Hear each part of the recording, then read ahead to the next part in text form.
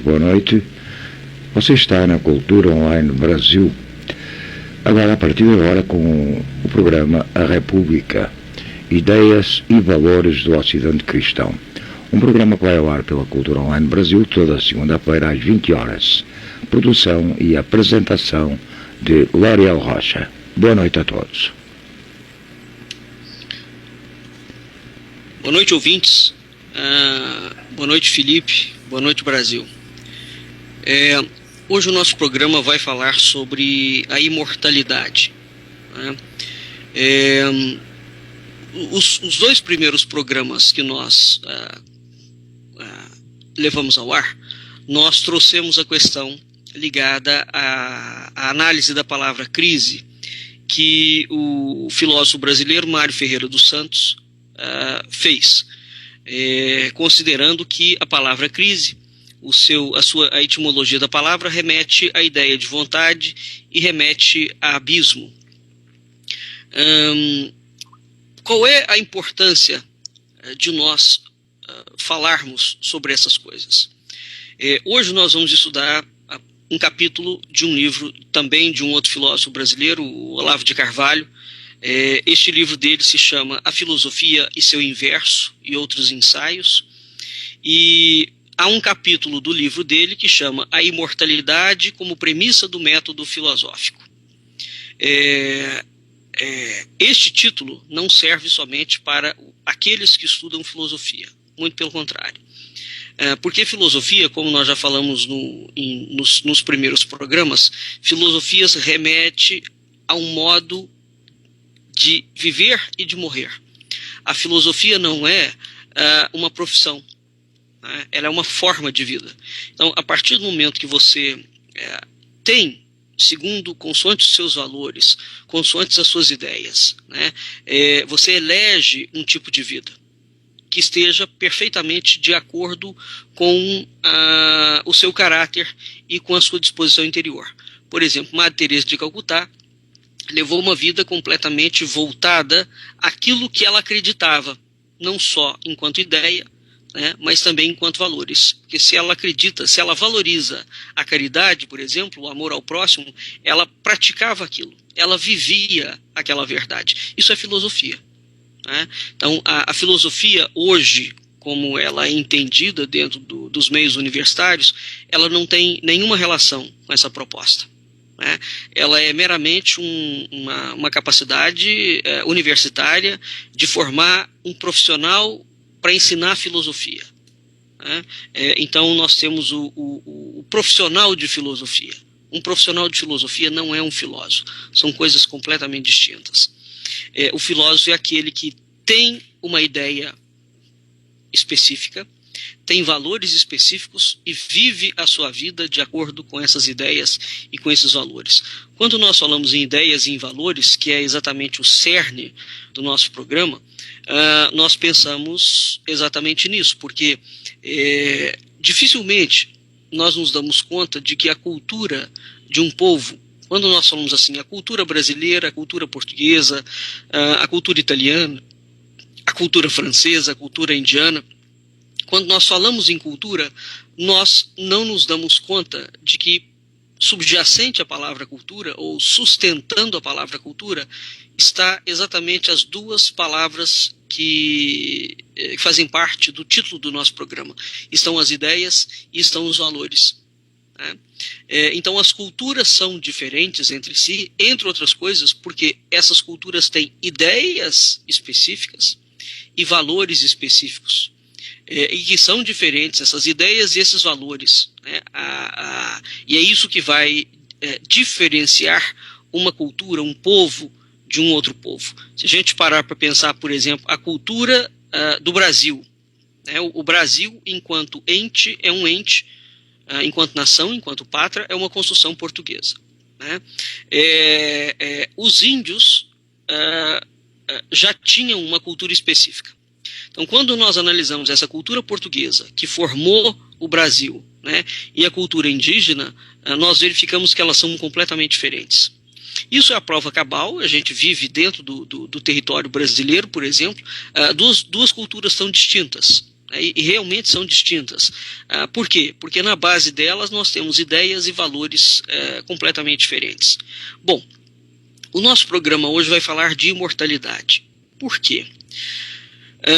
Por uma razão muito simples. A filosofia nasce com uma indagação ligada à imortalidade, né? E nasce admitindo que o homem é um ser composto de uma dupla dimensão. Ele é simultaneamente corpo e ele é alma, né? Existe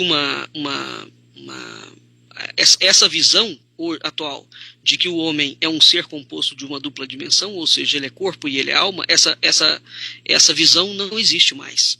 Essa visão foi desconstruída há muito tempo. Então, atualmente, o que nós temos é uma cultura material. Ou seja, uma cultura material é uma cultura que entende o homem como sendo somente corpo. O homem não tem uma contraparte transcendente, isto é, ele não tem alma e ele não tem espírito. Essa visão de mundo, ela veio se fazendo depois do Renascimento, e nos últimos 200 anos ela aprofundou-se de tal forma que foi negada ao ser humano toda e qualquer, tanto pela filosofia acadêmica, quanto pela ciência, né, quanto pelas empresas e os governos atuais. Nós não temos nenhuma ideia de que o homem tem uma dimensão transcendente, né? E essa é uma das razões pelas quais nós temos muitos projetos de governo e muitos projetos empresariais que tratam o ser humano de uma forma tão desumana. Por quê? Porque na base desse sustentáculo está a ideia e o valor que foi retirado, ou seja, o ser humano não tem mais uma contraparte transcendente. Como ele não tem espírito, ou como ele não tem alma, e como ele é só corpo, então, efetivamente, o ser humano, há 200 anos, tornou-se algo equivalente a um automóvel. Ele tem peça, você tira aquela peça e você troca aquela peça. E joga fora a peça quando ela dá problema, né? As pessoas não conseguem discernir, né, e nem entender qual é a base, inclusive, de sustentação ideológica de propostas políticas. Porque, evidentemente, essa esfera é uma esfera que sempre fica restrita a um circuito muito fechado, né, a um âmbito acadêmico, a um âmbito mais de erudição. Então, grande parte dos problemas que nós enfrentamos, eu diria que 98% dos problemas que nós enfrentamos atualmente é resultado desta destruição da contraparte transcendente do ser humano. O homem hoje em dia é tido como corpo, né? Então, esse artigo, esse livro do professor Olavo de Carvalho, essa parte específica do capítulo deste capítulo do livro dele, fala exatamente sobre isso. A imortalidade como premissa do método filosófico, né? Vamos pegar como é que os antigos raciocinavam, porque o raciocínio, as ideias dos antigos e os valores dos antigos em relação ao ser humano é que são verdadeiros, né? Os antigos falavam que os homens eram imortais. Bom, quando os gregos falam que o homem é um ser composto de uma dupla dimensão, ou seja, ele é corpo e alma ao mesmo tempo, né? Isso significa, a alma é imortal. Você poderia pensar, mas o corpo é mortal. Bom, se o corpo é mortal e a alma é imortal, o homem é o quê? Ele é meio mortal e meio imortal? Não. Ele é completamente imortal. Por quê? Por uma razão que nós vamos verificar aqui. Se o homem é imortal, se ele tem uma parte dele que é imortal, ele tem que ser imortal por essência e não por acidente. A essência do ser humano tem que ser imortal. O fato da alma encarnar, vamos falar aqui numa linguagem espírita, né? O fato da alma encarnar significa, entre outras coisas, exatamente essa possibilidade, ou essa realidade. É porque a essência da alma é imortal e o corpo também, né? Então, a imortalidade, na perspectiva grega antiga, é a verdadeira condição do ser humano. é o plano de realidade no qual efetivamente esse ser humano vive, existe e se move. Isso é completamente diferente do conceito que nós temos hoje. Porque, por exemplo, se hoje nós tivéssemos um conceito de que o ser humano é imortal, né, e que este é o plano de realidade dele, nós não teríamos, por exemplo, políticas públicas ou políticas pedagógicas ou determinadas profissões que rebaixassem o homem somente a uma esfera corpórea, como, por exemplo, a prostituição. O grande problema da prostituição, entre outras coisas, é que ele faz um apelo, ele reduz o homem ao corpo. O homem é só corpo. Esse é o problema da pedofilia também, em que você suprime a parte transcendente do ser humano e vende o corpo daquela pessoa como você vende uma manga num supermercado.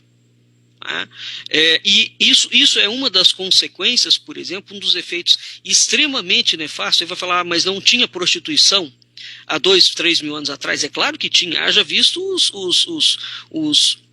os inúmeros relatos que tem sobre isso. Mas mesmo que houvesse a prostituição, quando nós lemos nos livros e como ela funcionava, de forma nenhuma ela tem correlação com a prostituição atual. Então, nós vamos ter alguns programas em que nós vamos falar sobre a evolução do conceito de corpo. O que era o corpo na antiguidade, o que era o corpo no Renascimento, o que é o corpo na Idade Média e o que é o corpo na modernidade. E vocês poderão verificar que a ideia de corpo é completamente diferente. Portanto, mesmo que aparentemente as palavras pareçam iguais, elas não significam a mesma coisa. Então, se o homem é, por essência, a condição dele verdadeiramente é uma condição de ser imortal, a vida corporal dele, aqui é que entra a explicação dele ser um ser composto de uma dupla dimensão. Então, a vida corporal dele é como se fosse uma parte muito pequena desta realidade, da realidade espiritual, certo? Então, o que significa que o mundo espiritual abarca aquele mundo que nós chamamos de matéria, e não o inverso, ou seja, o mundo material abarca o mundo espiritual. O mundo corpóreo é simplesmente uma aparência momentânea, que encobre a nossa verdadeira realidade, que é uma realidade espiritual. Isso significa que, em consequência, todo conhecimento que nós podemos adquirir no corpo ao longo da vida de uma pessoa, porque uma pessoa, nós nascemos e morremos num determinado momento. Ele tem um limite. Veja, a gente lembra do limite, que é a ideia de crise. Toda crise é porque há uma extensão. O ser humano é um ser limitado, ele vive de X a X. Então, a existência corporal tem um limite. Você nasce com 0 anos e vai morrer com 90 anos, vamos dizer assim. Esses limites da existência corporal é simplesmente uma aparência, dentro de uma grande aparência. Ou seja, você é corpo, mas na verdade este corpo está contido, dentro do espírito, vamos falar dessa forma. E ainda que a gente consiga enxergar, pelo menos momentaneamente, o corpo como algo mais concreto, nós temos que entender que isso é simplesmente uma fração diminuta real da realidade que nós somos. Então a palavra ser humano, por exemplo, a ideia de ser é sempre uma ideia de espiritualidade. É aquilo que está transcendente. O problema houve ao longo da história dos últimos 3 mil anos, do Ocidente, foi essa quebra desta visão de mundo por N razões, e razões extremamente complexas que, de fato, a gente só entende com um pouco mais de clareza quando nós fazemos um curso de filosofia com filósofos verdadeiros, e não um curso de filosofia de universidade, porque a gente não aprende nada efetivamente ali, muito pouco. O que confunde as pessoas normalmente é a palavra imortalidade, que está presente na cultura, porque essa palavra ela foi esvaziada de conteúdo. Por quê? A palavra imortalidade, hoje em dia, quando você fala assim, a alma é imortal, Hoje, como é que nós pensamos nisso na nossa cultura? A imortalidade adquiriu uma conotação de que essa imortalidade só se manifesta depois da morte física. Então você fala assim, o corpo é mortal, a alma é imortal, a alma está conectada com o corpo. Depois que o corpo morre, é que surge a alma imortal. É impossível haver essa conexão. Nós não temos tempo para explicar isso. Em 2014, nós demos um seminário de um dia inteiro chamado Relação Corpo, Espírito, Alma, em que nós explicamos com detalhes por que é impossível haver essa distinção. Não é? Ou nós somos imortais na totalidade, ou nós somos mortais na totalidade. Não pode haver, o ser humano não pode ser metade mortal e metade imortal. Isto é uma impossibilidade mesmo. Vocês querem ver um outro erro relativo à ideia do corpo ou da matéria? Por exemplo, a teoria do Big Bang. Bom, a teoria do Big Bang fala que ela não, evidentemente que ela não analisa os 15 segundos antes da grande explosão. Ou seja, existe alguma coisa antes desses 15 segundos e ela vai falar o seguinte: esses 15 segundos, então o que é o Big Bang? Como é que o mundo veio a ser formado? Através de uma explosão. Aquela explosão primordial originou na base da explosão a matéria. Não é possível isso existir, por uma razão muito simples. Como é que a explosão inicial explode se não havia nada antes? E se o que foi criado é matéria, e só o que existe é matéria, isso significa que a matéria criou a matéria? É isso que significa a teoria. A matéria criou a matéria. É uma impossibilidade. Porque para a matéria criar a matéria que criou a matéria do mundo tem que ser pré-existente à matéria do mundo que ele criou. Isso é a mesma coisa de você falar que um carro, que não existe um carro, e a partir de um determinado momento, o carro gerou outro carro. Bom, se não existe um carro não pode gerar um outro carro. Então, assim, de onde saiu essa matéria? Esse é um erro clássico na teoria. Ela foi formulada por um padre e uma visão rápida da teoria nos dá a entender que essa teoria fala de coisas eminentemente materiais. Não fala. Não fala. Né? Então, a matéria, essa confusão que reina até hoje, e de forma absoluta e cada vez mais tem mais confusão em torno desse tema, de que você tem um corpo mortal e depois que o corpo morre é que a alma sai do corpo e vai viver a vida espiritual, né? Isso é completamente inconcebível, por exemplo, dentro da cultura grega. Inconcebível. Né? E isso também é inconcebível dentro da cultura da religião católica, por exemplo. É por isso que o católico rejeita peremptoriamente, e os espíritas criticam muito os católicos, porque não entendem o que está sendo colocado ali. Né? Os católicos rejeitam peremptoriamente a ideia da ressurreição. Eles admitem a ideia da ressurreição do corpo. Por quê? Porque o homem é uma unidade. Ele é imortal. Né? Então, quando nós confundimos o conceito de imortalidade, então o que está escondido aqui nessa estrutura, né? De que o homem, a imortalidade só se manifesta depois da morte física? Existe uma sugestão extremamente absurda. Durante toda a nossa vida, nós somos seres mortais, mas nós só nos tornamos seres imortais após a morte. Né? Como se a morte fosse a passagem a um estado de existência radicalmente separado e diferente do mundo físico. Um estado heterogêneo, um estado incomunicável com a vida presente. Né? Então, se a imortalidade existe, tá certo? Verdadeiramente, essa não pode ser verdade.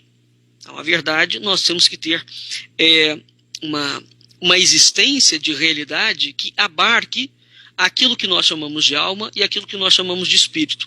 Tanto aquilo que nós chamamos de alma, quanto aquilo que nós chamamos de corpo, estão contidos dentro da realidade da imortalidade. Eis o X da questão.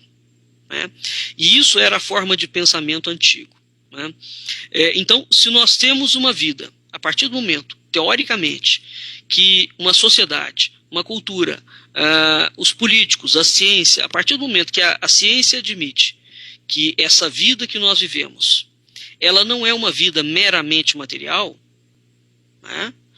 Portanto, ela não tem um tempo de duração finito, ou seja, se nós somos imortais, nós temos que trazer para a vida social, trazer para a vida cotidiana todos os conceitos, as ideias e os valores ligados à imortalidade, por exemplo. Então, quando nós falamos em ética, quando nós falamos em virtudes, quando nós falamos em amor, quando nós falamos no bem, quando nós falamos em paz, quando nós falamos em justiça, todos esses conceitos que produzem aquilo que nós entendemos como grande bem coletivo, tanto a nível individual, quanto a nível pessoal, são conceitos ligados diretamente ao mundo da imortalidade.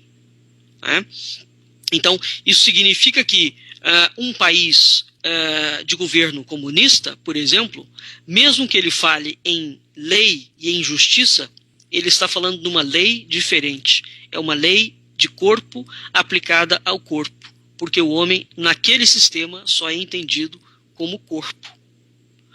Uma das grandes tragédias do comunismo, do nazismo e do fascismo reside exatamente na concepção estrutural da ideia de que o homem é um ser dotado de corpo. Como ele não tem alma, este corpo tem que ter um dono, porque quem é que é o dono do corpo? É a alma individual, a sua alma, a minha alma. O meu corpo pertence a mim, né? Eu sou o proprietário dela. A partir do momento que você tem toda uma população que não tem alma, o dono daquela população é o governo. Ele torna-se o seu proprietário. E a partir desse momento o governo então pode falar para você o que você pode fazer, o que você não pode fazer, quantas casas você pode ter, qual é a comida que você tem que vestir, qual é a roupa que você tem que usar, qual é o sapato que você tem que calçar. Então, na base, hoje, a maior parte das empresas, por exemplo, de mídia, ou as grandes corporações internacionais, quando elas lançam uma moda, e aquela moda é uma moda que cria uma cultura de massa, ou seja, vende mundialmente a mesma calça jeans, o mesmo tênis, o mesmo sapato, o mesmo telefone, e faz uma propaganda para que aqueles que não aderirem em massa àquela forma de concepção ou de vestimenta, esse indivíduo passa a ser um pária social, ele é excluído da sociedade. Este tipo de pensamento, ou este tipo de mercado econômico, só pode vigorar sobre a premissa científica de que o homem é meramente corpo. Como ele é corpo, você pode permitir para uma empresa produzir qualquer coisa para satisfazer aquele corpo. E quando essa produção não for mais satisfatória para aquela empresa, o governo autoriza, muda a lei para que mude alguma outra coisa. Né? A maioria das pessoas não sabem disso. Né? Porque nós, há 200 anos, formalmente, dentro do Ocidente, nós não temos definição de ser humano. Isso começou com a Revolução Francesa. Nós não temos definição conceitual de ser humano. Não existe mais ser humano. Existe consumidor. O consumidor é aquele indivíduo que não é dotado de alma. Ele é dotado somente de corpo. Portanto, ele não tem um eu transcendente. Ele não manda nele mesmo. Ele não é senhor dele. O senhor dele é o governo. É a empresa. Né? Ou é a lei do país. Entenda que esta lei deste país não está sendo a lei universal, a lei como os gregos concebiam, dentro da polis, né? Que a palavra política vem de polis, vem de cidade em grego. A política para o grego não tem nenhuma relação com a palavra política hoje partidária que nós entendemos, né? Então, a morte não pode imortalizar o mortal.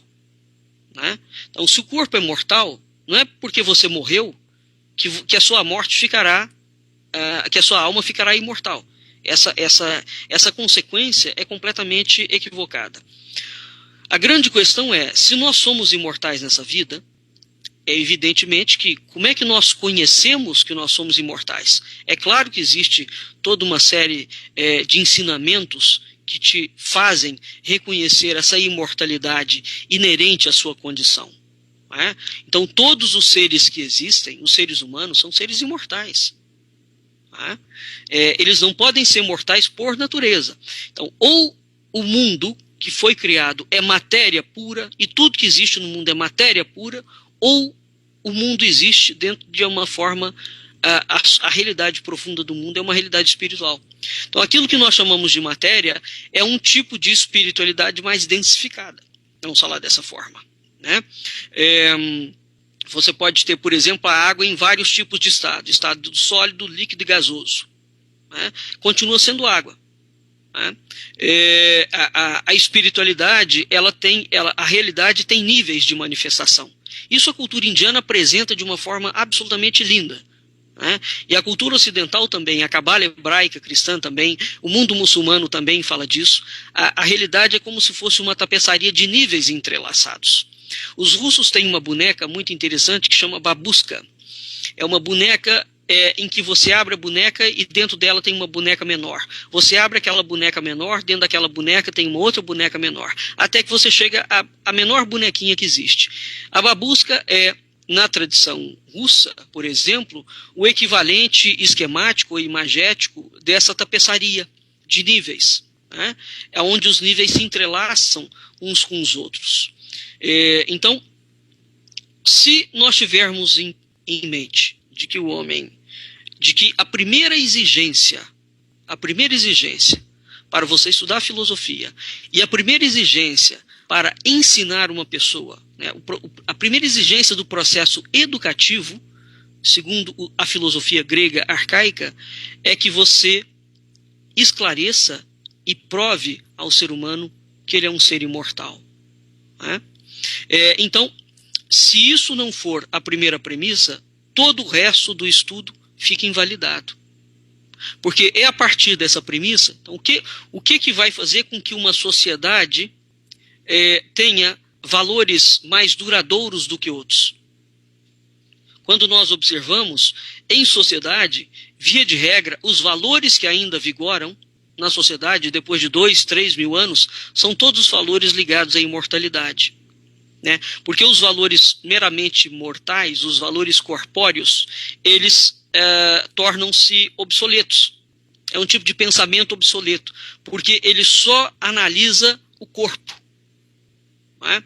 E ele se perde dentro dessas análises do corpo, ele fica restrito no âmbito do corpo, e quando você fica restrito ao âmbito do corpo, você é levado a cometer os maiores crimes e as maiores barbaridades possíveis e imagináveis. Né? Então, o primeiro passo de estudo da filosofia, e no meu entendimento, o primeiro passo de estudo da educação, de uma forma geral, porque isso era o que existia até 200 anos atrás. Era impossível você educar uma pessoa não falando para ela que ela era um ser imortal. Hoje em dia isso não. Inclusive a escola não lida mais com isso. Né? A proposta de que o Estado é laico, veja, Estado laico não é Estado ateu. Né? Mesmo que o Estado seja laico, ele poderia ensinar a ideia da transcendência dentro das escolas. Né? Sem falar, não há necessidade de entrar em nenhuma religião específica, porque todas as religiões falam da transcendência. Todas elas. Esse é um ponto comum. Esse é um ponto pacífico, né, que une todos os discursos religiosos. Então, como é que se demonstraria a imortalidade? É possível demonstrar? É evidente que é. É claro que é. Né? Não é possível demonstrar agora, num programa de 2 horas. Né?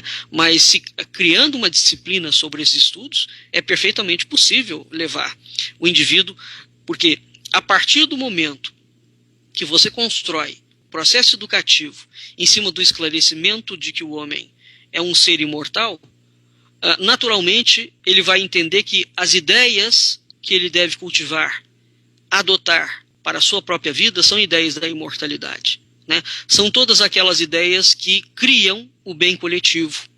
que produzem o bem coletivo e não vai produzir fora dele. Ele próprio torna-se um agente do bem, um agente do mundo da imortalidade, como Madre Teresa de Calcutá, por exemplo.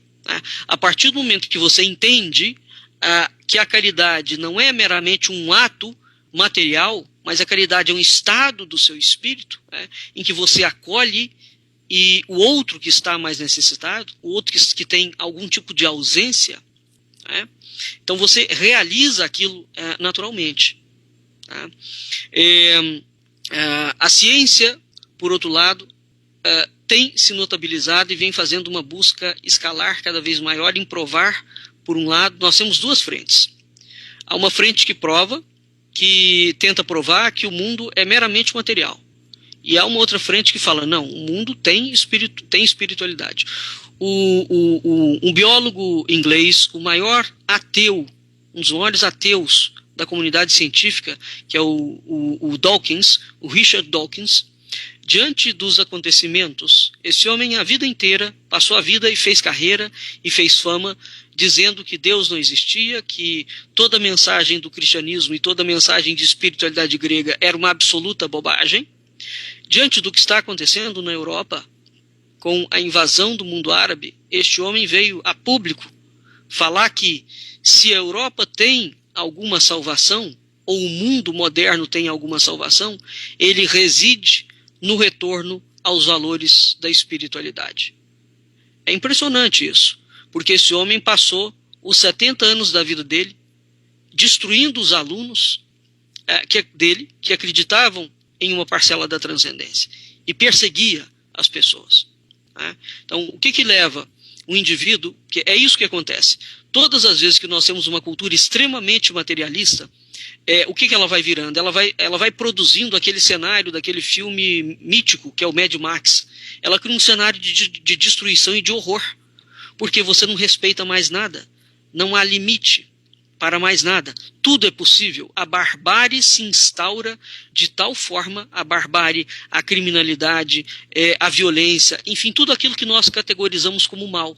Então, aqui entra um outro conceito da filosofia. O que é o mal? O mal existe? É claro que existe. É claro que ele existe. Assim como existe o bem. Porque, por exemplo, como é que você admite que o estupro é um mal? Porque você tem o contraponto. Você sabe o que é o bem. Como é que você sabe que não se pode roubar? Porque você tem o contraponto. Você sabe que não pode roubar. Isso é aquela discussão dialética entre o espírito, o imortal e o mortal. Se você suprime o imortal, você fala, o seu patrimônio, vamos voltar ao raciocínio, é a imortalidade que te confere direito de ser você. É a sua alma.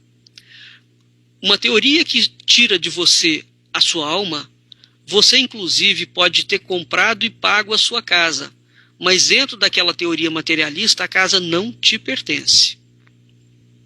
É dentro desse espírito de lógica que, por exemplo, você pode matar uma outra pessoa, porque você está simplesmente matando um corpo. E como os corpos não dos vieram, é uma evolução das propostas ateístas dentro da história do Ocidente. A dramaticidade dessas propostas está nisso. Isso não tem nenhuma relação com política partidária. Isso tem relação com a filosofia que sustenta aquela visão de mundo. Então, é uma visão de mundo. Uma visão de mundo que fala que não há alma, só há o corpo, porque, veja, a alma é o imortal. E aquilo que te conecta com o mundo da imortalidade. Se não há alma, o que existe? E se o corpo é mortal, significa que o mundo, dentro da visão dessas teorias, é o mundo da morte. Ou é o mundo dos mortos. Isso é um pensamento, por exemplo, que muito pouca gente sabe. Em que essas teorias, tanto as teorias ateístas, quanto as teorias... O problema de você renegar Deus não é você renegar meramente Deus. É você renegar toda, e fazer questão de não entender toda a linha de pensamento que envolve isso. Não se trata de um pensamento meramente religioso, como se a religião fosse um câncer da humanidade. né? Não tem nada que ver, mesmo porque não há nenhuma cultura no mundo, nenhuma, que não tenha religião. Nenhuma. Você vai falar, os índios brasileiros não têm religião. Eles não têm religião formal. Eles têm pensamento religioso. Não há nenhum povo do mundo que não tenha pensamento religioso, não tenha pensamento ligado ao sagrado, um pensamento ligado ao transcendente, ou seja, o pensamento que considera que você não é meramente corpo, né? Que você é um ser humano e que, como ser humano, você tem autonomia, você tem liberdade, você tem livre-arbítrio. Quando você fala assim, eu tenho o direito de escolher, esta premissa só vale, ou seja, o direito de escolher só vale porque você é uma alma. Então, se você não tiver alma, você não tem direito de escolha, né? Essa é a grande tragédia. Portanto, a experiência, tem algumas experiências, por exemplo, inclusive que com aval de monges budistas, que são experiências fraudulentas, experiências que detectavam dentro do cérebro a presença da alma.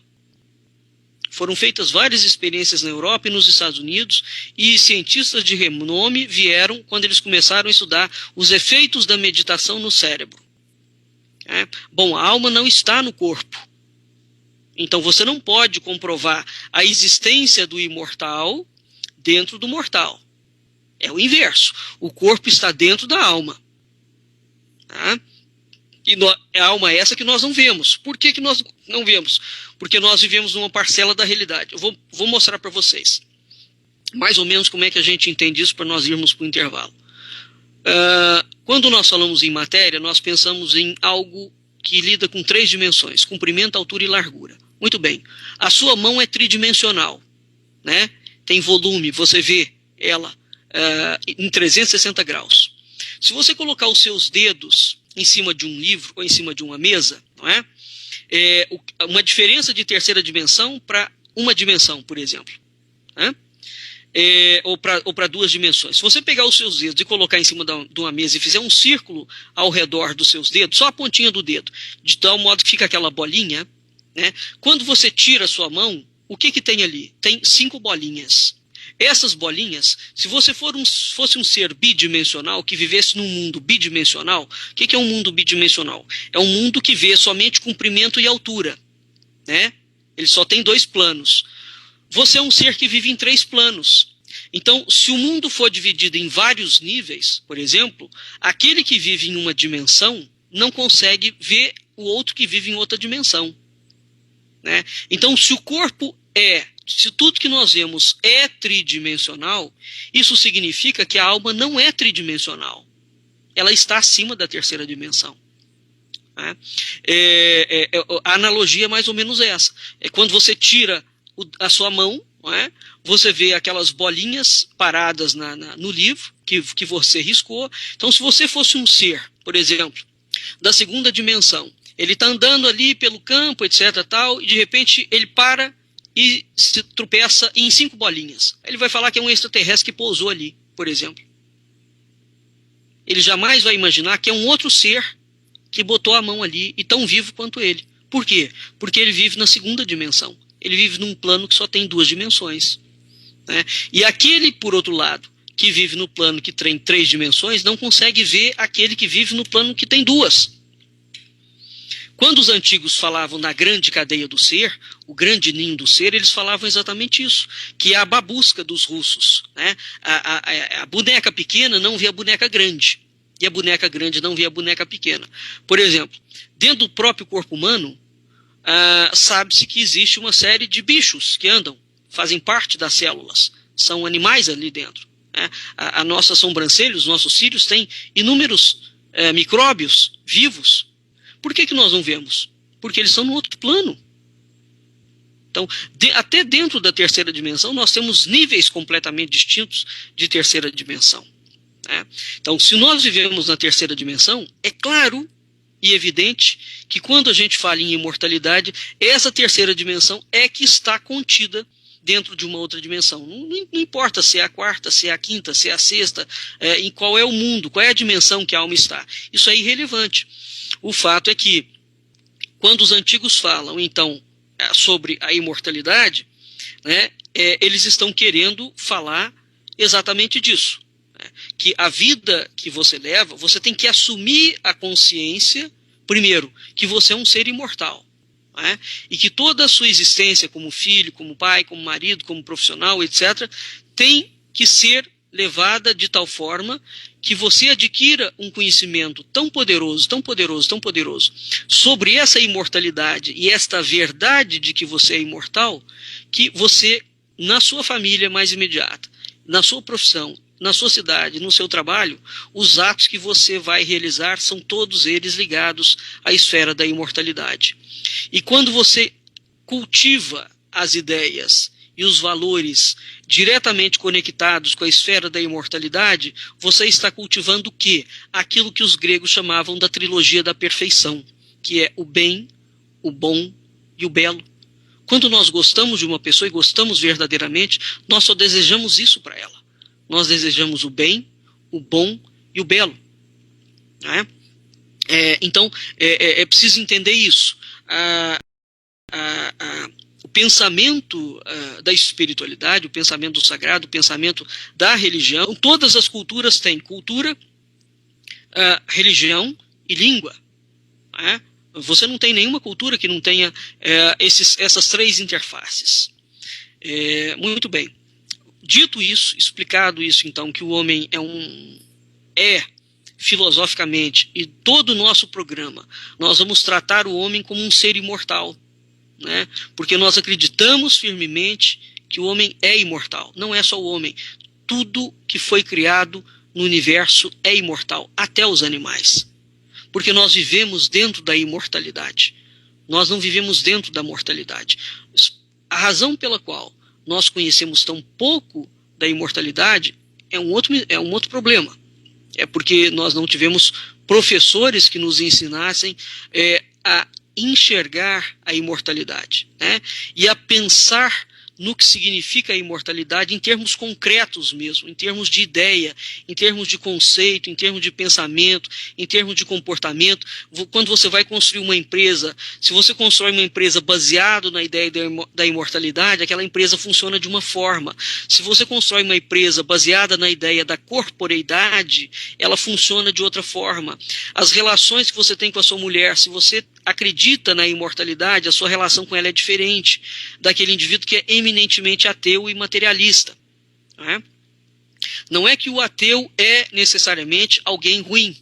Não estou dizendo isso. Eu estou dizendo sim que a ausência da ideia da imortalidade cerceia enormemente o pensamento. Embora eu não tenha visto nenhum ateu, realmente nunca conheci nenhum ateu que tivesse conhecimento profundo de filosofia e de teologia. Não há. Geralmente o discurso é um discurso de opiniões. Porque para nós entendermos efetivamente se o mundo é isso ou se o mundo é aquilo, nós temos que conhecer a realidade. E a gente tem que saber pensar sobre essa realidade. Opinião a gente pode ter sobre qualquer coisa. Então, assim, em termos filosóficos, para a gente puxar o nosso primeiro intervalo, vamos fechar o intervalo com isso. Todos nós somos seres imortais.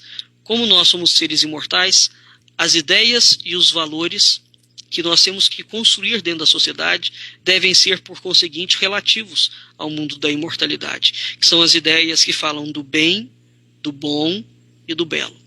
Vamos para um primeiro intervalo.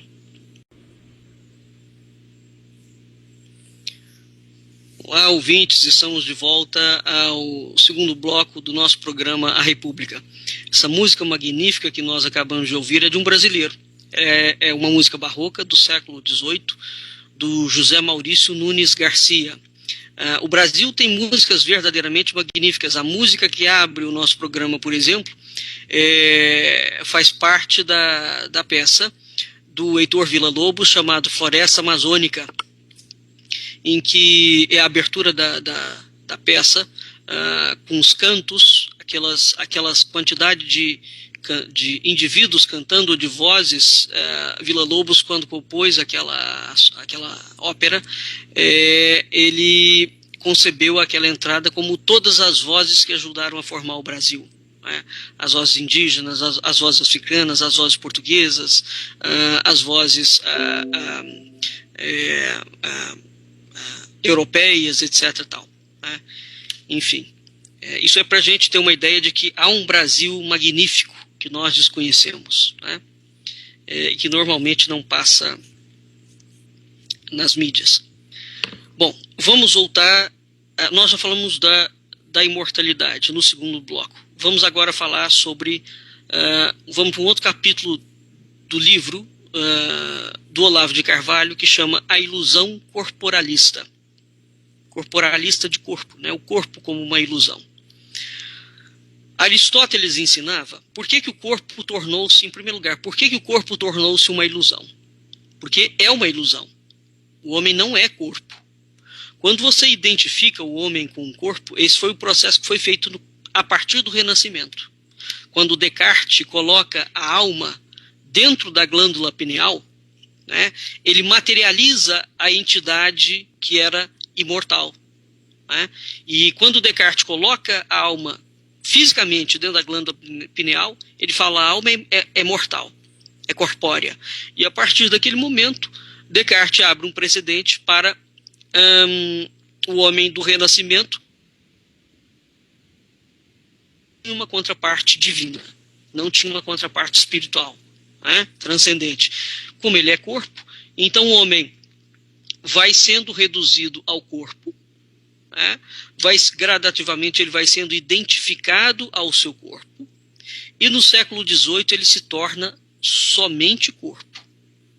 Hoje em dia nós não sabemos nem que corpo é mais.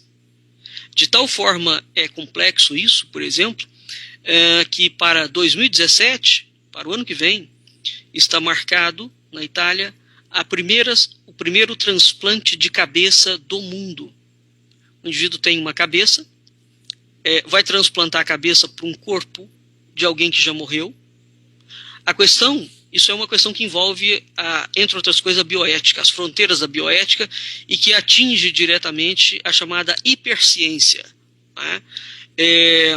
Bom, se eu pegar, por exemplo, no Brasil, a minha impressão digital é que está no meu passaporte, está na minha carteira de identidade, etc.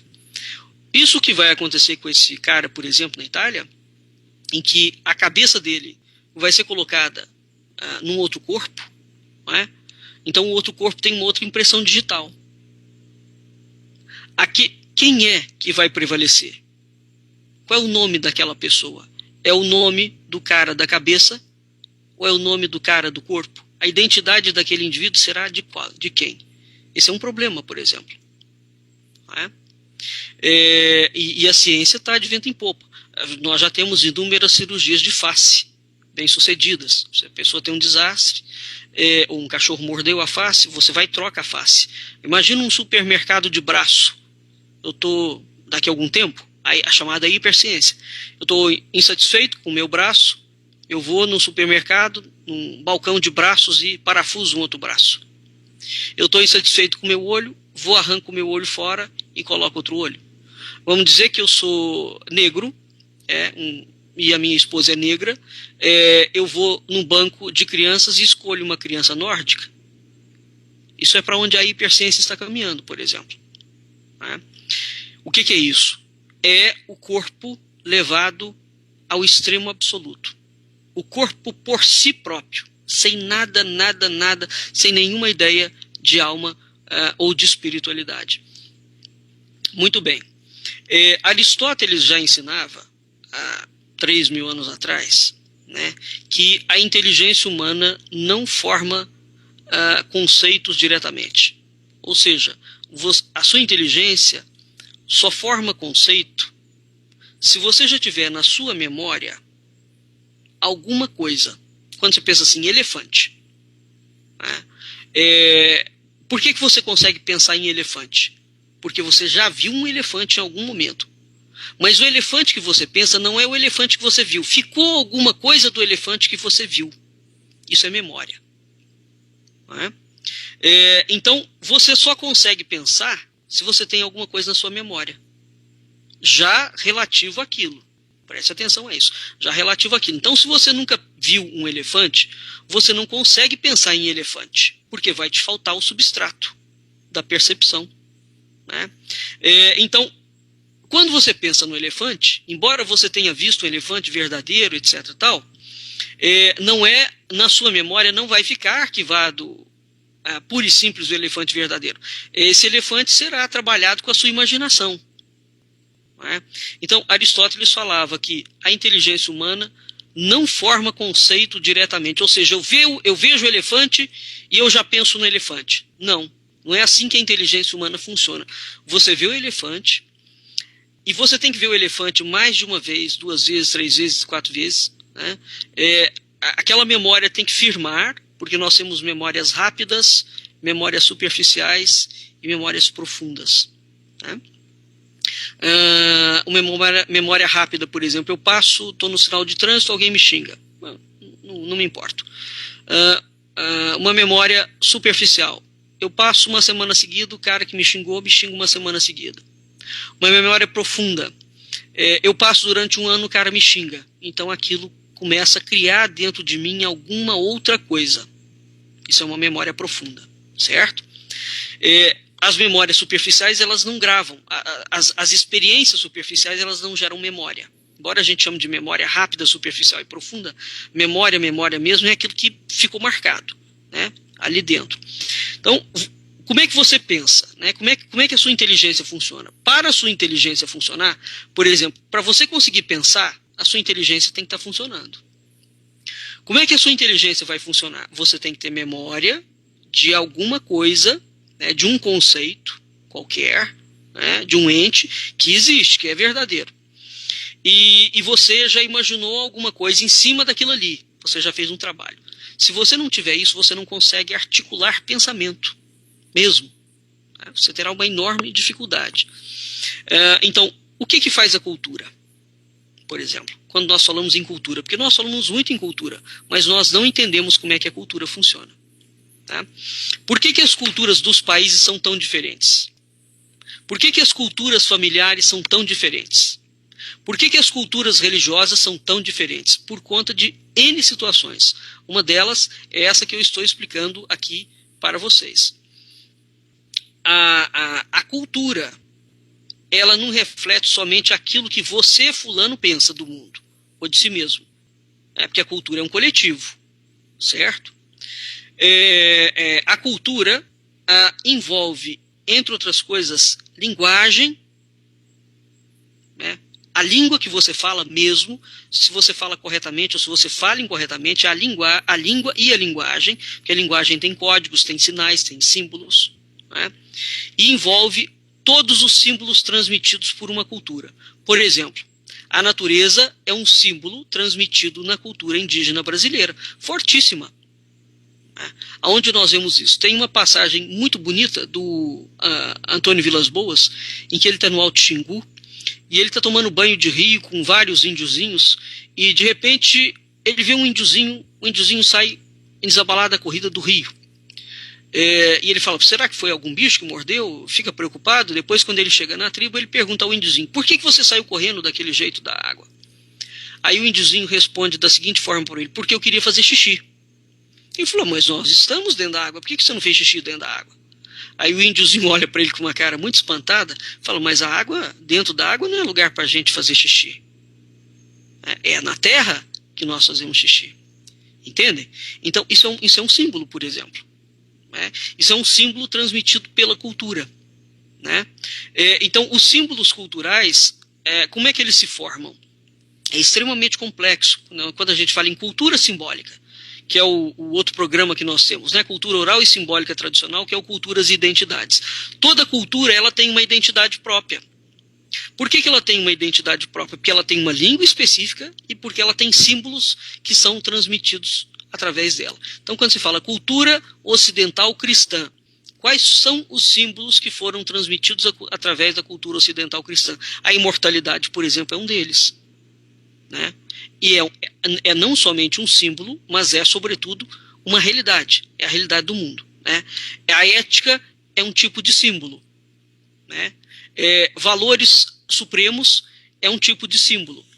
Então, a cultura, o que a cultura faz? A cultura tem o caráter, a cultura tem o poder de moldar o seu pensamento. Se você foi criado, por exemplo, uma tribo indígena, né, evidentemente que o respeito que eles têm à natureza vão moldar o seu caráter e o seu pensamento em relação à natureza. Você veja que a diferença, isso é tão sério a diferença, que um ocidental, que não é índio, não é? Consegue até conviver com os índios, mas ele não consegue entender na profundidade por que o índio tem aquele apreço absoluto à natureza. Mesmo que você seja um grande ecologista. Né? Porque as culturas são completamente diferentes. Hoje a cultura que nós temos, ela é uma cultura materialista. O índio não tem cultura materialista. A cultura dele é de uma outra esfera. E é uma cultura mais naturalista, inclusive. Né? Então, as diferenças entre nós são muito profundas. Tá? E vejam que quando essas culturas entram em contato, elas até hoje se estranham, porque de fato são diferentes. Não é que uma é melhor do que a outra, não. São diferentes. E é preciso entender isso. Né? A nossa cultura é completamente diferente da cultura árabe, por exemplo. Esse é o problema que está acontecendo na Europa. Porque o árabe não respeita a cultura europeia, né? E o europeu não entende que o árabe pensa de uma outra forma. Né? Então, as questões culturais são muito sérias, né, podem se tornar muito, muito problemáticas. A cultura vai ter o poder, então, de moldar o seu pensamento, moldar a sua imaginação. Ela pode ampliar a sua imaginação, né, ampliar o seu pensamento, tornar esse pensamento mais amplo, mais luminoso, mais transcendente, mais bonito, mais pacífico, mais ético, ou ela pode simplesmente destruir o seu pensamento. Então, quando se fala que nós vivemos uma época que tem uma cultura de massa significa exatamente isso. O homem é corpo, tudo que existe é matéria, né, e nada pode ser pensado fora dessa esfera. Isso significa que a cultura moderna, atual, do mundo inteiro, né, é uma cultura que despreza as raízes da transcendência. Não só despreza, como combate violentamente e persegue as raízes da transcendência. Persegue tudo aquilo que diz respeito à espiritualidade. Né? Então, as influências culturais são muito importantes, coletivamente falando e individualmente falando. Porque o imaginário que nós temos hoje, por exemplo, como cultura ocidental, aquilo que eu penso, como a minha inteligência funciona, como é que ela se articula. A gente, por exemplo, mesmo sendo ocidental e até mesmo sendo materialista e ateu, nós não conseguimos mais pensar em abrir mão da liberdade de decidir, certo? Nós não podemos pensar em abrir mão de ter livre-arbítrio. Né?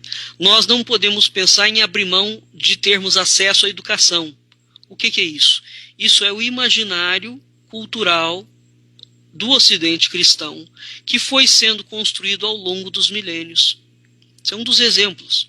Então, a grande parte das coisas que hoje em dia nós lidamos e que nós nominamos como o patrimônio imaterial da cultura.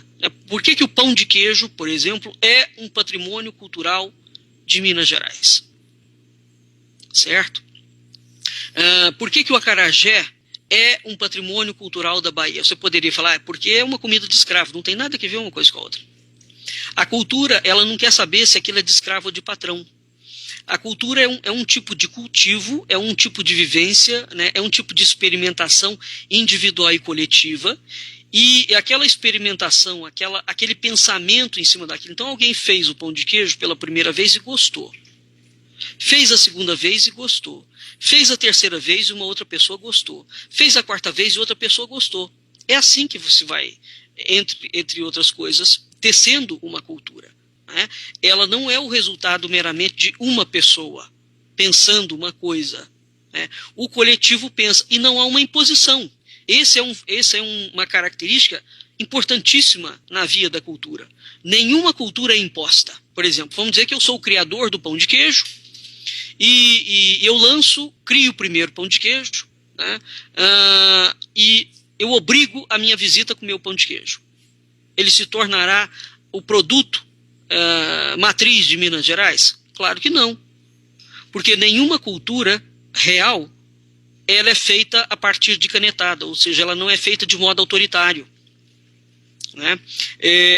Há um tipo de consenso silencioso baseado nas vontades. Eu provei o pão de queijo e gostei. Aí eu vou dando bocas àquilo. Né? Vou fazendo boca a boca e vou divulgando. Então aquela coisa que nasceu quase que espontaneamente, ela cria uma vida própria. Espontaneamente. Isso significa que um outro problema dos governos autoritários. Os governos autoritários, por exemplo, todos eles, ou as empresas autoritárias, as empresas mega capitalistas, você está, a Coca-Cola, por exemplo, né, em que você é obrigado a dar Coca-Cola até para a criancinha. Né? Você está na China, você tem que tomar Coca-Cola. Eu estou em Portugal, eu tenho que tomar Coca-Cola. Eu estou em qualquer lugar do mundo e tenho que tomar Coca-Cola. Né? Isso não existe. Tá? Peço desculpas, foram os meus cachorros aqui, um morcego passou. Ô Felipe, você tem morcego aí?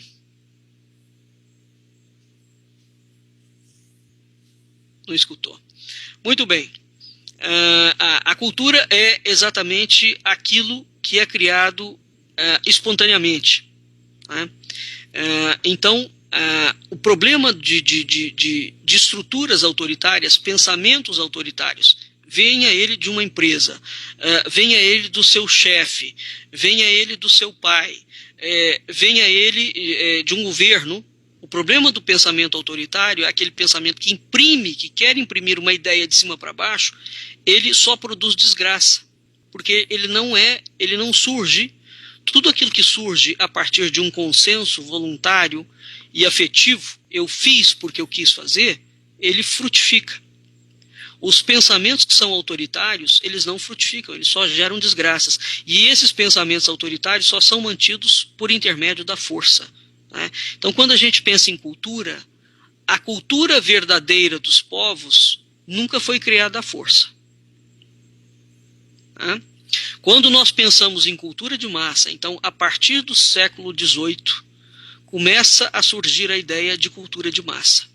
Isso significa que você tem governos te impondo pensamentos totalitários, você tem leis totalitárias, você tem sistemas políticos totalitários, né? Você tem empresas totalitárias. É isso que se chama de cultura de massa. Tem alguém que está podendo mandar em você. Mandar. Né? Então, a cultura de massa é uma coisa construída. Ela não é algo que é construído, que surgiu espontaneamente dentro da sua casa, dentro da minha casa, através do contato que eu tinha, que você teve, etc. Tal. Não é. Né? E a cultura é algo muito importante. Por quê? O que essa cultura de massa, que foi construída a partir do século XIX, criou? Ela criou um pensamento eminentemente materialista. Então a influência que hoje nós temos é uma influência materialista. Eu vou dar um exemplo para vocês. Um exemplo complexo, né, mas ele é resultado desse pensamento. Por exemplo, atualmente nós temos diariamente uma série de protestos e de reivindicações de grupos, de nacos de grupos sociais, como, por exemplo, os pró-abortistas, aqueles que defendem as empresas pró-globalistas, os liberais, os materialistas, os gaysistas, os esquerdistas, os naturalistas e vai por aí afora. A pergunta que nós temos que entender, que nós temos que fazer é o seguinte: o que separa a humanidade normal, ou seja, o ser humano normal, de todas essas propostas? Quando você pensa assim, um indivíduo gay ou um indivíduo homossexual, o que define ele? O que define ele não é o fato dele ser gay. Ele é um ser humano. Portanto, é completamente ilegítimo e imoral isso só pode ser, esse discurso só pode ser criado, porque a cultura é materialista, né? Porque você destrói a parte do ser humano. Então você passa a segmentar corpos, né? E coloca em evidência um corpo. E dentro do corpo você secciona ainda mais, você coloca em evidência somente o sexo. Isso significa dizer que o João se reduz ao órgão sexual dele? Não pode ser. Porque o João, enquanto ser humano, é muito maior do que o órgão sexual dele. O órgão sexual dele, a opção sexual de cada um é livre para tê-lo. Né? Então, esses discursos só são possíveis de criar, e o mundo está repleto desse tipo de discurso, em que a dignidade do ser humano foi completamente adulterada, completamente alterada para defender determinadas agendas de quem? De metacapitalistas transnacionais, cujo objetivo claro e explícito é dominar o mundo, controlar a vida das pessoas, através de leis, de sistemas, de política, de seja lá o que for. Então, o ponto fundamental no entendimento de como a cultura funciona reside exatamente aqui. O ser humano foi reduzido a corpo. Porque enquanto o ser humano, a dignidade espiritual do ser humano não tivesse sido reduzida a corpo, essas empresas não poderiam mandar como elas estão mandando dentro de nós, por exemplo, na nossa vida diária. Não é? Os exemplos sobre isso são inúmeros, mas o que eu quero mostrar para vocês, nesse momento, não é da empresa, é a ideia de como o universo cultural. Então, qual é o mundo que hoje nós vivemos? Hoje o mundo que nós vivemos, ele é um mundo da experiência imediata. O que vale é o aqui e agora. Pronto. Eu não quero saber daqui 10 anos, eu não quero saber daqui 20 anos, eu não quero saber daqui 50 anos. Por exemplo, o governo federal, evidentemente, foi irresponsável em relação a isso, mas há uma grande parcela de culpa das pessoas. Fez o mesmo problema que fez os Estados Unidos alguns anos atrás. Liberou crédito excessivamente. As pessoas saíram e compraram imóveis, fizeram todos os tipos de dívidas possíveis e imagináveis. Muito bem. A maior parte das pessoas, quando iam comprar imóvel na planta, então as empreiteiras e as consultoras, você comprava um imóvel de 2, 3 quartos e você pagava na planta, enquanto o imóvel estava em construção, você pagava R$500, por exemplo, de prestação. Evidente, mas quando o indivíduo comprou, está lá no contrato. Quando o imóvel foi entregue, aquela prestação de 500 sobe para 4.000. Dependendo do contrato que você fez. Né? Quanto mais rápido você paga o financiamento, por exemplo, um financiamento em 5 anos, você vai pagar uma prestação de 7.000, 8.000, 10.000. Bom, para você pagar uma prestação de 10.000, você tem que ganhar, no mínimo, mais de 30. Porque o governo só te deixa financiar um imóvel cujo salário seja 30%, a parcela do financiamento tem que equivaler a 30% do seu salário. Então, se você vai pagar um salário de uma prestação de 4.000, né, 3 vezes 4, 12, você tem que ganhar 12. É isso. Bom, você não ganha 12, você ganha 6. Então, como é que a pessoa que ganha 6.000 compra um apartamento? Não pode. Isso é uma ciranda financeira. Os Estados Unidos quase quebraram por conta disso. Essa facilidade ao crédito. O que entra aqui? É o pensamento imediatista. O que está em pauta? A pessoa não planeja mais. Ela acha que ela tem o direito de ter o imóvel. Não está em discussão o direito. Está em discussão, você pode ter o imóvel. Isso não é o governo que vai te dizer. É a sua consciência. É a sua realidade mais próxima, que é a realidade do seu salário, da sua mulher, enfim, da sua família. O que resultou disto? Das consultoras que o governo federal há poucos anos atrás abriu as poucas, existe uma devolução na ordem de 70% dos imóveis. As pessoas não têm condição de pagar. Não têm condição de pagar. Bom, isso quebra o país de uma forma geral. Porque essas consultoras já estão endividadas com os bancos. Enfim, é uma sequência de caos. total e absoluto. Mas o que está por trás disso? Vamos lá. Aonde a coisa chegou? Existe um erro estratégico absoluto do governo? É evidente que existe. Mas antes do governo, o que existe? Esse pensamento que foi criado, não é o governo brasileiro, não. Esse pensamento mundial que foi criado a partir do século XVIII. Né? Tudo que você tem direito é de experimentar o mais imediato. Então, sim, lança um imóvel, eu vou e compro. Lança um carro, eu vou e compro. Lança um sapato, eu vou e compro. Lança um iPhone de 5 mil, eu vou e compro. Isso é por quê? Porque a cultura de massa que nós vivemos nos leva a acreditar que a única dimensão possível em que eu existo é a dimensão do agora e consumindo compulsivamente. Então, eu acabei de comprar uma bolsa, eu tenho que comprar um sapato. Depois que eu comprei o sapato, eu tenho que comprar um relógio. Depois que eu comprei o relógio, eu tenho que comprar uma meia. Vocês já pararam para observar quantos brinquedos uma criança tem, por exemplo? É uma coisa compulsiva. Tem criança que tem para mais de 100 brinquedos. Para mais de 100 brinquedos. Né?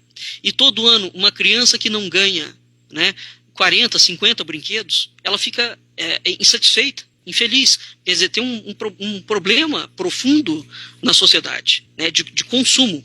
Mas o que está por trás do consumo? Então, quando a gente fala em consumo, nós temos que entender a ideia e o valor que criou o pensamento de consumo. Porque o pensamento de consumo ele não surge naturalmente. Ele surge a partir de uma linguagem que a mídia te vendeu, de um símbolo, ela botou lá um artista muito bonito falando sobre aquilo ali, é o símbolo. É isso, e Aristóteles já alertava para isso há mais de 3.000 anos.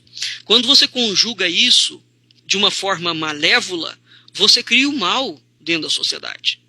Né? Isso é o mal.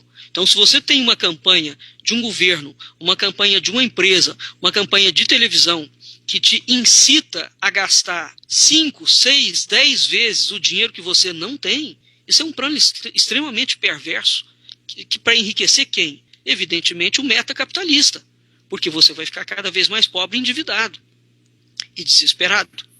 Né? Porque a sua felicidade vai estar sempre fora. Então, a partir do momento que o universo cultural do século XX passou a girar em torno da tecnologia, né, e das ciências naturais, onde foi gradativamente tirado a ideia de que o resultado imediato da nossa existência foi tirado, não, foi validado de que o que vale é o resultado imediato da nossa existência, ou seja, a nossa experiência imediata é o que conta. Então, se eu estou sentindo raiva, eu tenho que externalizar a minha raiva. Se aquela pessoa está com aquele relógio, eu tenho o direito de roubar o relógio dela. É isto que criou. Então, os índices de violência que nós temos no século XX, se nós analisarmos verdadeiramente os índices, a violência só foi aumentando na medida em que todos os valores espirituais foram sendo demolidos.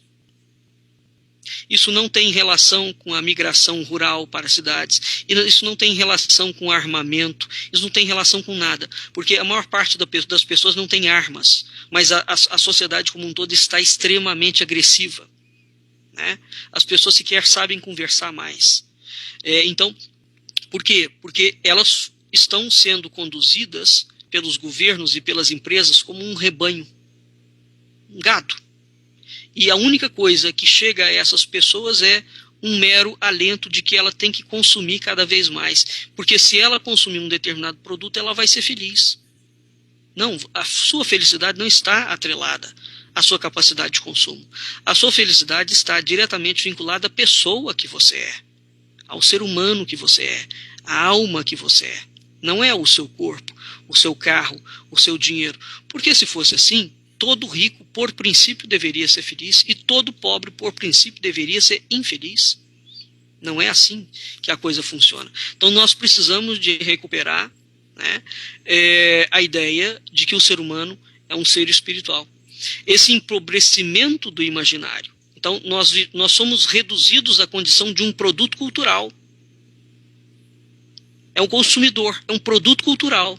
Nós somos tratados pelos governos, independentemente dele ser de direita ou de esquerda, né, como um produto cultural. Por quê? Porque nós não somos seres humanos mais. E os governos não vão te falar isso abertamente nunca. Nunca. Porque esses camaradas estão construindo essa linha há 200 anos. Né?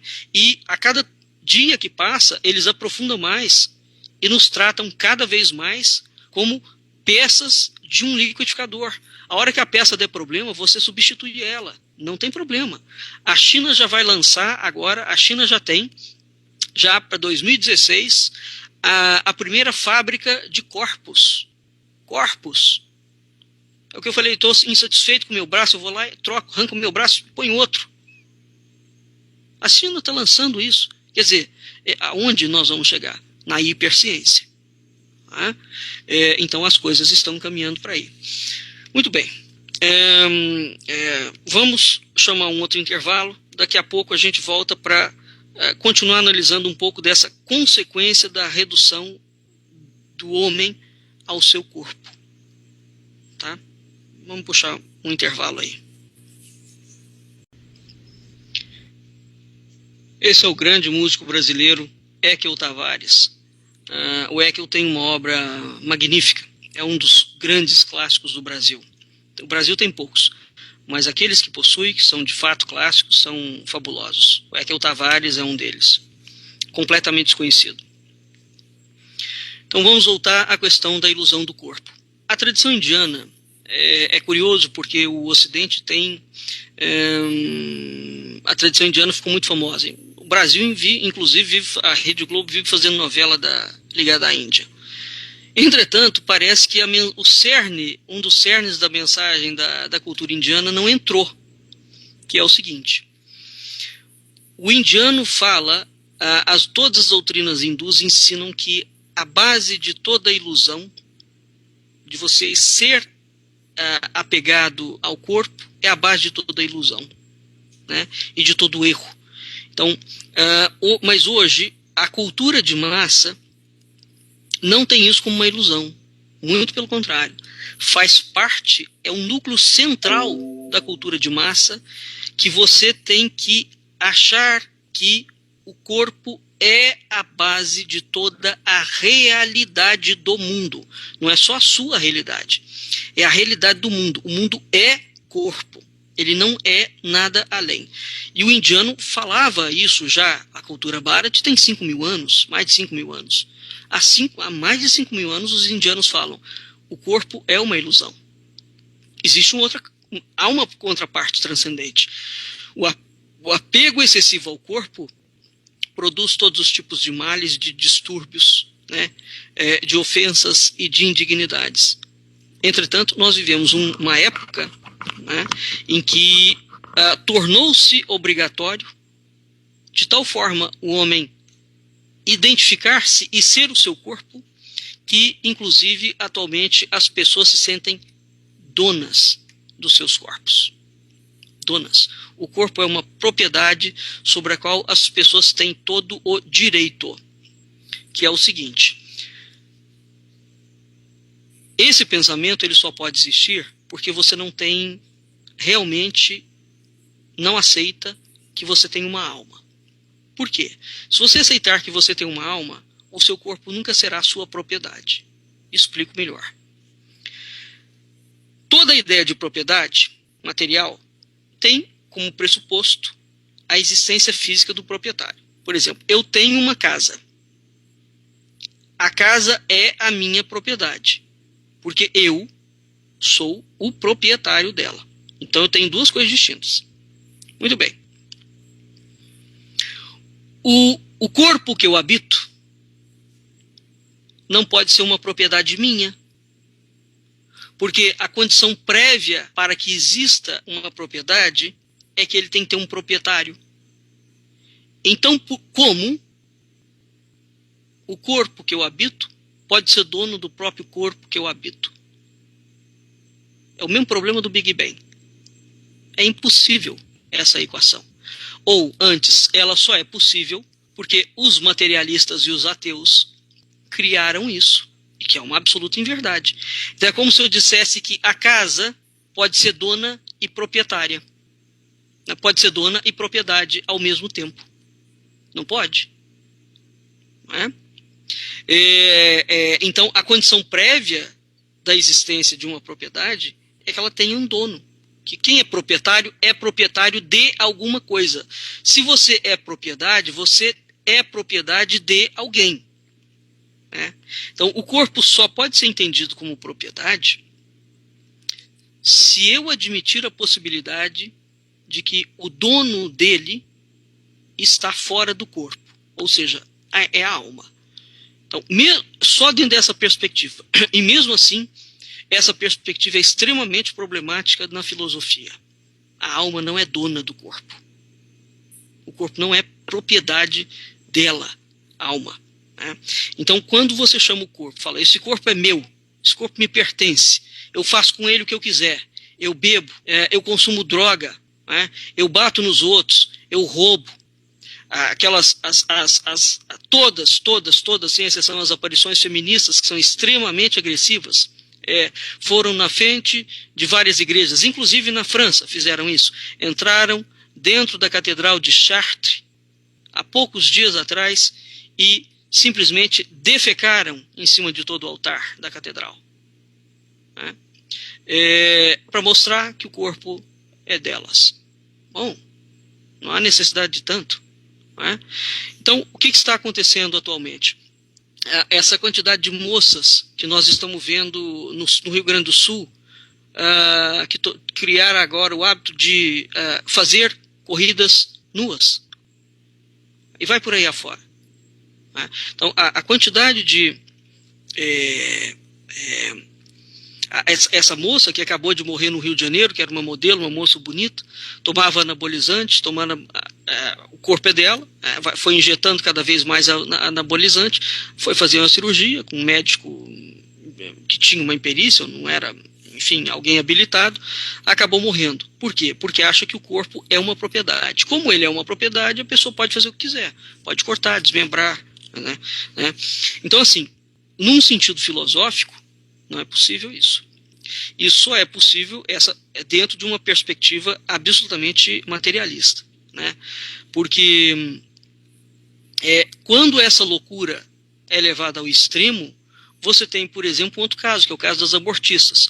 Porque a mulher, quando vai fazer aborto, não está entrando aqui em causa a razão pela qual ela vai fazer aborto. Vamos aplicar a lógica do processo. A mulher é dona do seu corpo? É propriedade dela? Pode fazer o que ela quiser? Pode. Mas o feto que está ali dentro não é ela. O feto que está ali dentro é um outro. Então, até pela perspectiva materialista, aquele feto tem proprietário. Porque que não é a mãe que vai abortar. Então, mesmo sobre a perspectiva materialista, aquele feto não pertence à mãe. Tá? E não pertence mesmo, porque ele tem uma alma distinta. Então, a lei, né, se a pessoa não quer ter filho, tem uma sequência de métodos e de técnicas para você não engravidar. Uma sequência, a não ser que de fato tenha sido um estupro, alguma coisa. Mesmo assim, a legislação brasileira já permite, né, e em vários lugares do mundo, em casos de fato extremos. Agora, em casos de irresponsabilidade total e absoluta, eu engravidei e não quero ter filho, aí a pessoa tem o centro, o corpo é o limite, o corpo é tudo aquilo que existe. Então você começa a colocar psicopatias na cabeça das pessoas. Por exemplo, a ideia de que uma criança de 4 anos de idade pode vestir roupa erótica. Não pode. Não tem idade para isso. Por que não tem idade? Não tem idade nem fisiológica. Por algumas razões. O cérebro de uma criança termina de se formar aos 4 anos de idade, entre 4 e 5 anos de idade. Ela não tem sistema cognitivo formado. Os hormônios de uma criança começam a se formar, no caso das meninas, quando elas menstruam a primeira vez. No caso dos meninos, quando eles começam a ter barba, os primeiros sinais de barba. Né? Isso significa que uma criança não tem, mesmo que a criança está descobrindo o seu corpo, isso não significa que ela está tendo desejos sexuais. São coisas completamente distintas. Então, assim, você não pode dar livro para criança que fale de sexualidade, como está tendo em todos os lugares do mundo. Isso é um crime. E o que está acontecendo? É esta visão criminosa desses mega capitalistas de que o homem é corpo. Porque o objetivo deles é descriminalizar tudo. Né? Descriminalizar tudo. Então, se você tiver um pedófilo, o pedófilo vai poder dormir com uma criança de 4 anos de idade, de 5 anos de idade. Ora, mas qual é o cerne disso? É o corpo. Você pode fazer o que quiser com o corpo. Né? Então, esse tipo de narrativa e esse tipo de ilusão cria uma estrutura de pensamento completamente artificial e completamente sem conexão com a realidade. Né? Porque quando eu tenho em vista de que eu tenho uma alma e de que a minha alma não é dona do meu corpo, eu não posso, por exemplo, fazer isso, entrar dentro de uma igreja e defecar no altar daquela igreja. Porque o limite da extensão do meu corpo não me permite isso. Ele tem uma dimensão espiritual. Essa dimensão espiritual tem limites perfeitamente definidos para o corpo. O corpo pode ir daqui a aqui. Daquele ponto em diante ele não pode ir mais. Né? Então uma criança de 4 anos de idade, um adolescente, um adulto, quer ver uma outra inversão do corpo, por exemplo? Assim como você tem uma faixa de idade em que você não tem hormônio, portanto você não tem apetite sexual e nem discernimento para entender o que é isso. Né? Depois que você passou de uma determinada idade, os seus hormônios, tanto dos homens quanto das mulheres, começam a decair. Né? Então a cabeça, a tendência um pouco mais arrojada que você tinha quando era jovem, você não vai ter com 60 anos, com 70 anos. O que as indústrias estão fazendo? Estão imprimindo nas pessoas mais velhas desejos sexuais que elas não podem ter, porque o sistema hormonal já não funciona mais. Né? E, sobretudo, como elas não podem ter, começa a criar nessas pessoas uma angústia absoluta, elas começam a fazer tratamento e botar hormônios para funcionar, mas o seu corpo já não funciona mais. Ele tem uma máquina perfeita. Mesmo que você injete o hormônio, já passou da idade. A injeção daquele hormônio é artificial. Né? Então você vai criando outros efeitos colaterais. O efeito colateral disso é que se o idoso, de 60, 70, 80 anos, não fizer sexo, ele se sente a pior pessoa do mundo. É o mesmo problema com a criança. Né? Quer dizer, e é o mesmo problema com o adolescente. Todo adolescente faz sexo? É claro que não. Os adolescentes não se resumem a sexo. Os adolescentes, inclusive, têm outras ocupações, como, por exemplo, ficar com os amigos, ouvir música, curtir a vida. A vida de um adolescente não se reduz de forma nenhuma a sexo. E todas as mensagens que nós vemos na televisão, no cinema, na mídia, é puxando o jovem sempre para o sexo. Quer dizer, a Revolução Francesa falou que só tem corpo. E dos últimos 50 anos para cá, a mensagem que nós temos ouvido é que você não é corpo mais, você é um órgão sexual, masculino ou feminino. E agora, pior ainda, com as propostas feministas e as propostas gaysistas. Até os termos são, além de pejorativos, eles são profundamente insultuosos. Não existe gay, existe ser humano. A categoria ontológica de gay não existe. Né? A categoria ontológica de feminista não existe. É uma mulher. Né? E acima da mulher é um ser humano. Então nós estamos falando de ser humano. Qual é o direito que aquele ser humano tem? Ele tem esse direito. Ele não precisa de se configurar como gay. Ele não precisa de se configurar como afrodescendente. Ele não precisa de se configurar como deficiente. Ele não precisa de se configurar como a melhor idade. Isso é até um deboche. A pessoa está envelhecendo e você fala que ela está na melhor idade. Não tem melhor idade aqui.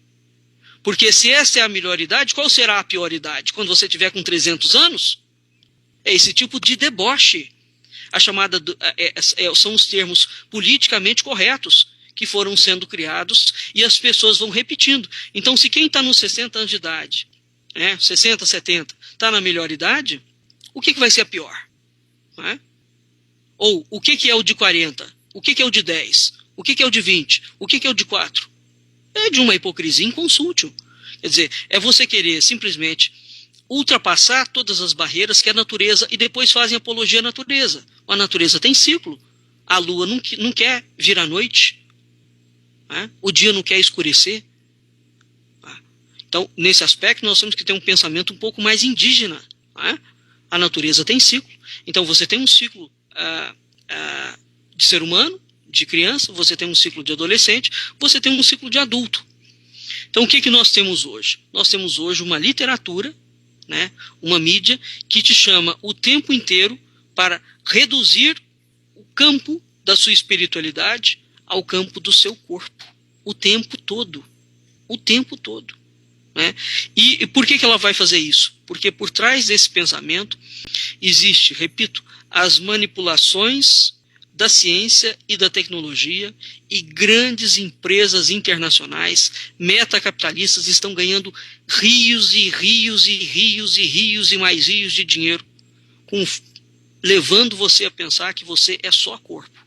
Então isso é um projeto, ouvintes, de destruição da dignidade do ser humano. É isso que está em pauta. Não está em pauta a agenda da defesa do homossexual. Não está em pauta a agenda da defesa da mulher poder abortar em casos limites. Não está em pauta isso. O que está em pauta é como é que essas empresas vão ficar cada vez mais ricas. E para elas ficarem cada vez mais ricas, elas resolveram que elas vão ficar cada vez mais ricas, transformando você, eu, o meu filho, o meu neto, num liquidificador. Porque deu problema na peça, ela simplesmente joga a peça fora e depois me dá outra peça. Olha, a sua pecinha não funciona mais. Você quer essa aqui? Custa 3 vezes mais. É isso. Isso é cultura de massa. Então, assim, não fique desesperado porque você não ganha 50 mil reais por mês. Você não é o seu dinheiro. Você não é a sua profissão. Você não é o seu salário. Você não é o seu cargo. Você não é um professor péssimo porque o seu salário é de R$ 1.500 por mês. Você não é um professor péssimo porque a sua sala de aula não tem computador. Não é nada, nada, nada, nada disso. Você é uma pessoa humana e, como pessoa humana, Deus te garante a dignidade de ter dignidade. E é por isso que nós temos que lutar. Nós somos seres humanos e nós não podemos abrir mão da nossa humanização. O que estão fazendo conosco é nos desumanizar cada vez mais. E eles já conseguiram muito. Quem está lucrando com isso? As grandes empresas. Mas, para finalizar, nós somos seres humanos e não podemos abrir mão disso. Isto é um valor que o Ocidente cristão construiu. A nossa humanidade. E nós só somos seres humanos porque nós somos seres imortais. Você não é um morto-vivo. Você é uma alma e você é um espírito. Você vive no mundo da imortalidade. Entenda isso como uma realidade transcendente, a realidade mais séria que você já pode ter pensado, vivido e sentido na sua vida. Até a semana que vem. Nós ficamos por aqui. Muito obrigado pela sua participação.